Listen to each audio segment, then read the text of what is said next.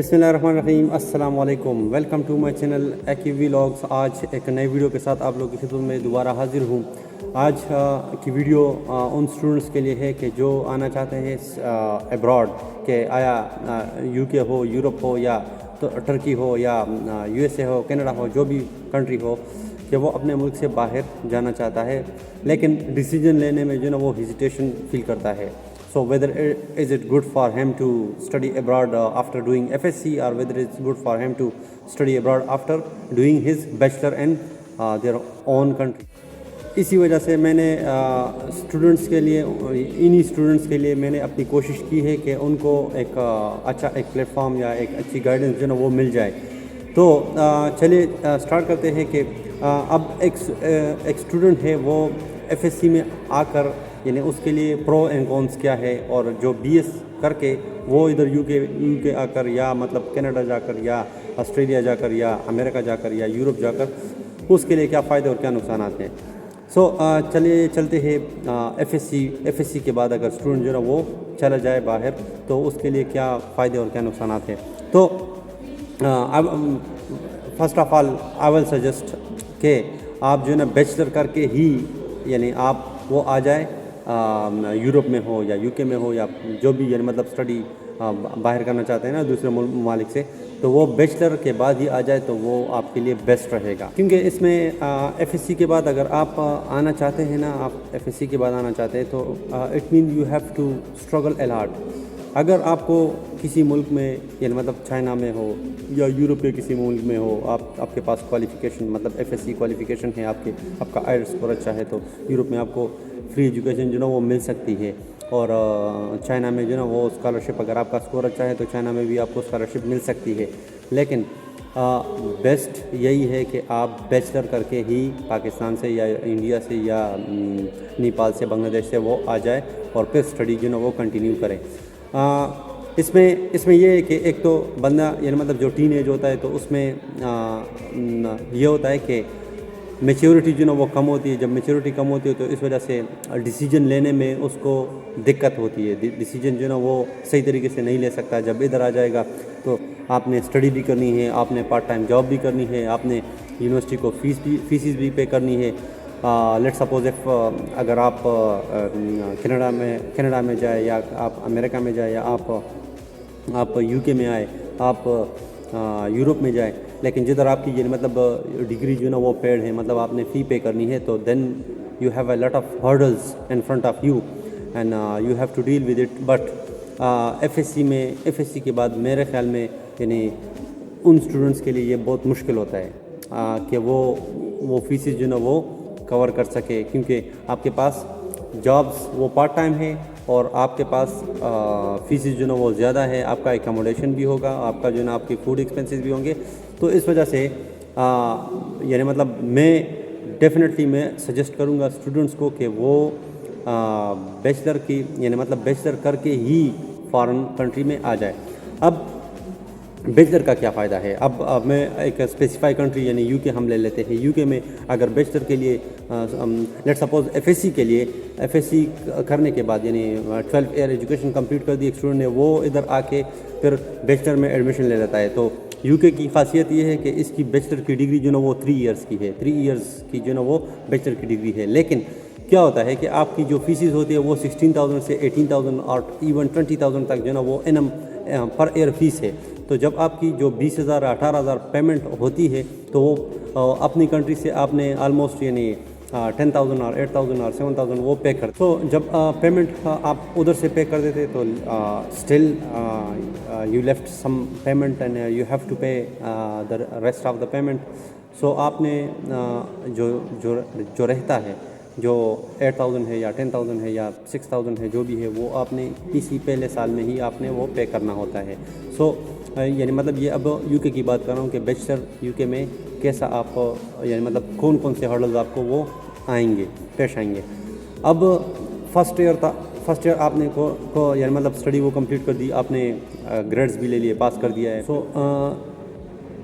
Same situation second year का भी है। सेकंड ईयर में भी आपकी जो है मतलब 18,000 है या 16,000 जो भी आपकी मतलब फिक्स्ड पेमेंट है ना पर ईयर की, वो आप अगर मंथली के हिसाब से या अगर 3 मंथ के हिसाब इंस्टॉलमेंट के हिसाब से आप जो है ना पे करना चाहते हैं, लेकिन आपने पे करना ही है। अगर पेमेंट में जो है ना मतलब वो डिले आ जाए या पेमेंट वो आप नहीं कर सके, सो आपका वीज़ा जो है ना वो उसमें इशू आ सकते हैं। वो जो है ना आपका वीज़ा कैंसिल कर सकते हैं, वो आपका स्पॉन्सर कैंसिल कर सकते हैं। सो आपके लिए बहुत मुश्किलात आ सकती है।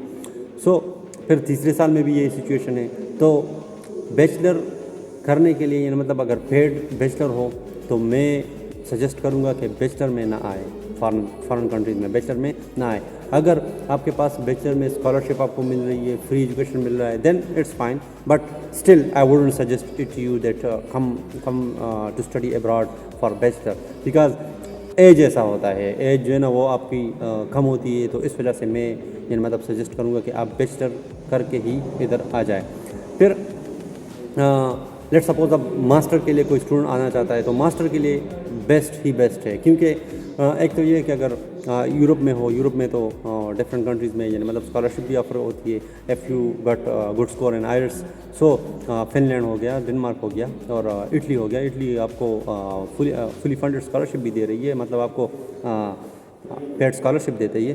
तो मास्टर में जब आप आओगे तो आपको मतलब 1 ईयर है या 2 ईयर का मास्टर होता है। इधर यूके में 1 ईयर का मास्टर होता है। तो आपके पास टाइम भी होता है, आपके पास स्टडीज़ के लिए भी टाइम होता है, क्योंकि 2 या 3 दिन जो ना वो क्लासेस होती है। तो जब 2 या 3 दिन क्लासेस होती है तो आप रेस्ट ऑफ द वीक आप फ्री है, तो आप जो ना पार्ट टाइम जॉब उसमें कर सकते हैं और easily you can manage your जो फीस है आपकी वो आप मैनेज कर सकते हैं। अगर आपकी पेड डिग्री है, मतलब आप अगर पेमेंट जो ना वो करते हैं फ़ी पेमेंट का ना, मतलब जो आपकी डिग्री है वो फ्री नहीं है, मतलब एजुकेशन जो ना वो आपका पेड, तो आप जो ना वो पार्ट टाइम जॉब में जो ना वो कवर कर सकते हैं आपकी जो एजुकेशन फीसिस है। लेकिन इसमें आपको मास्टर में आपको बैचलर के बनिस्बत आपको plenty of options are there for you, either after study as well and before study as well. Like before study ये है कि आप जब किसी कंट्री में चले जाओ ना, यूरोप में चले जाओ या इधर यूके में आओ या कनाडा में जाओ या यूएस में जाओ, तो उसमें आपको उसी डिग्री के हिसाब से ही अगर आपको जॉब मिल गई तो आपको वो स्पॉन्सरशिप में भी जो ना वो कन्वर्ट करके स्टडी वीज़ा को वर्क परमिट में जो ना वो कन्वर्ट कर सकते हैं। सो लेकिन ये शर्त ये है कि आपने बैचलर किया हो उधर से।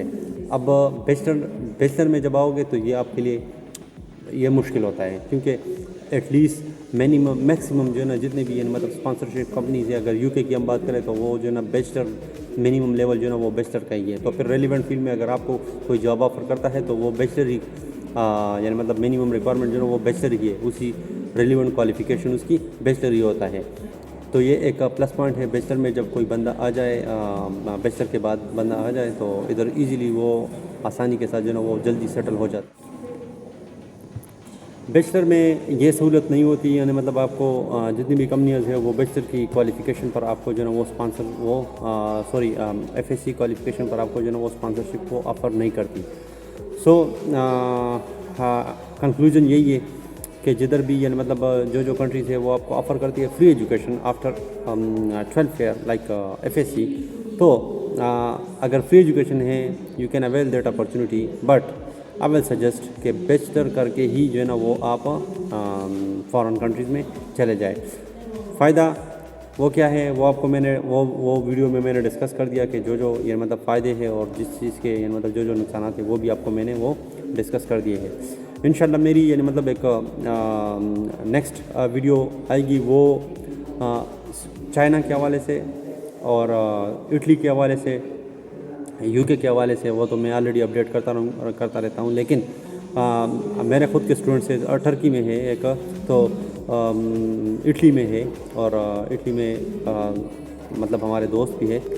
तो इंशाल्लाह मैं वेरी फ्यू डेज़ मेरी कोशिश होगी कि उनसे एक मीटिंग अरेंज करके उनसे क्वेश्चन करके चाइना के हवाले से, इटली के हवाले से, टर्की के हवाले से जो ना वो एक ऑथेंटिक एक जामे वीडियो जो ना वो मैं बना दूँ और फिर इंशाल्लाह यूट्यूब पे वो पोस्ट कर दूँगा।